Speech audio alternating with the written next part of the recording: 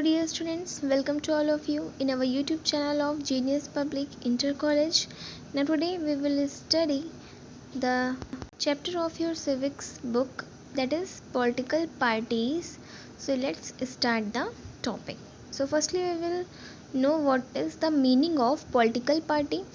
It is a group of people who come together to contest elections and hold power in the government. Political party ऐसे लोगों का group होता है जो एक साथ आते हैं और इलेक्शन को कॉन्टेस्ट कराते हैं, ठीक है, और पावर को अपने हाथ में लेते हैं. ठीक है, मीन्स गवर्नमेंट क्या करती है, पावर को अपने हाथ में लेती है. फॉर एग्जांपल अभी बीजेपी है. They agree on some policy and programs for the society with a view to promote the collective good. Means ये लोग क्या होते हैं, अपनी पॉलिसीज़ बनाते हैं, उसमें क्या होते हैं, एक मत होते हैं और कुछ ऐसे प्रोग्राम्स बनाते हैं जो सोसाइटी वेलफेयर के पर्पस से बनाई जाती है. और इसमें क्या होता है, ये लोग एक साथ होके इस चीज़ के लिए प्रमोट करते हैं इसको. Okay, and remember students, a political party has 3 components, the leaders, the active members and followers. So students, leader lead the party and the active members played an important role in the political party because they promote their party before elections and during the elections. And followers also played a vital role in the political parties.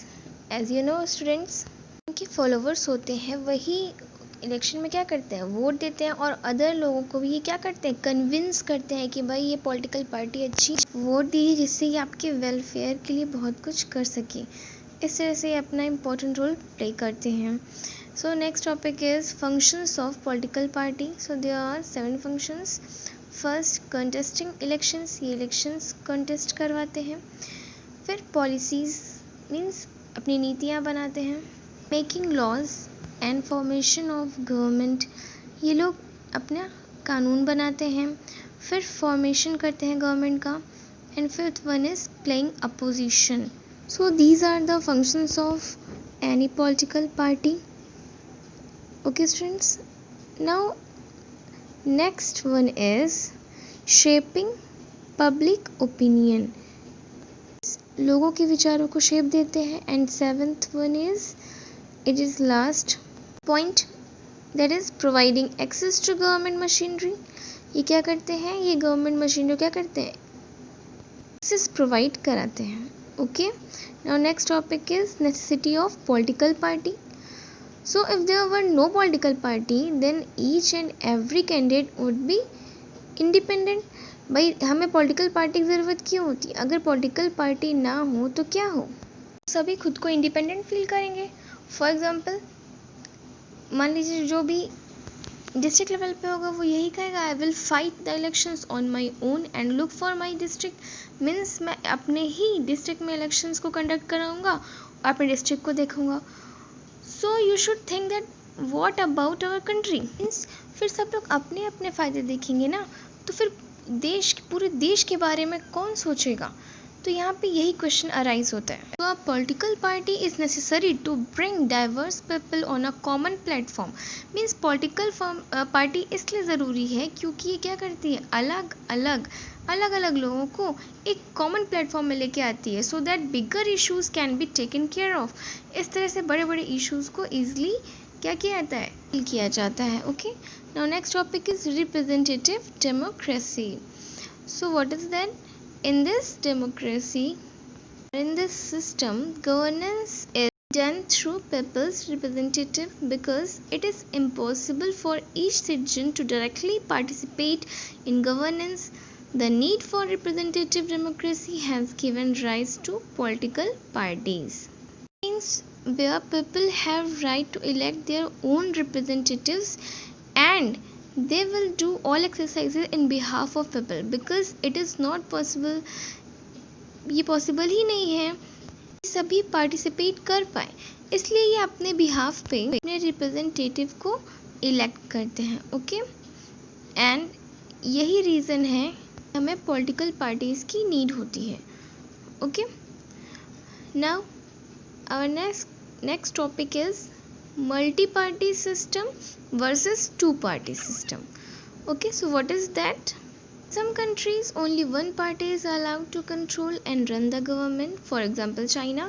Means कुछ ऐसे देश होते हैं जहाँ पे सिर्फ एक ही party allowed होती है और वही कंट्रोल करती है पूरे देश को, रेगुलेट करती है.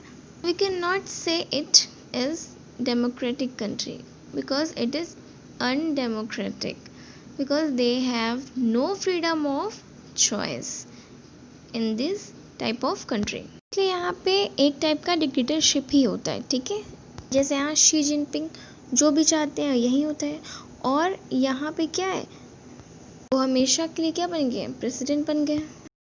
But in some countries power usually changes between two main parties.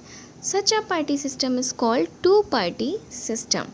Okay students, means कुछ देशों में जो शक्ति होती है वो दो पार्टीज के बीच में डिवाइडेड होती है और ऐसी पार्टी को हम लोग टू पार्टी सिस्टम कहते हैं. But if more than two parties have a reasonable chance to coming to power, either or their own strengthen or in alliance with others, we call it a multi-party system. Means जहाँ पे दो या दो से ज़्यादा parties को chance मिलता है पावर को, ठीक है, यूज़ करने का, उसको आगे बढ़ाने का, ठीक है, एलायंस के साथ, तो इन्हें कहते हैं multi party system. And India is a fine example of a multi party system. Post 1996 means 1996 के पहले यहाँ पे एक एरा था कोलिशन फॉर्म ऑफ गवर्नमेंट का. बट बीजेपी मीन्स मोदी सरकार इन 2014 change the trend of this type of coalition government. ठीक है, because they won the election with full majority. Okay, and people support them. Okay students, now the first part of this lecture is completed, so we will study the remaining parts in our second lecture. Have a nice day students.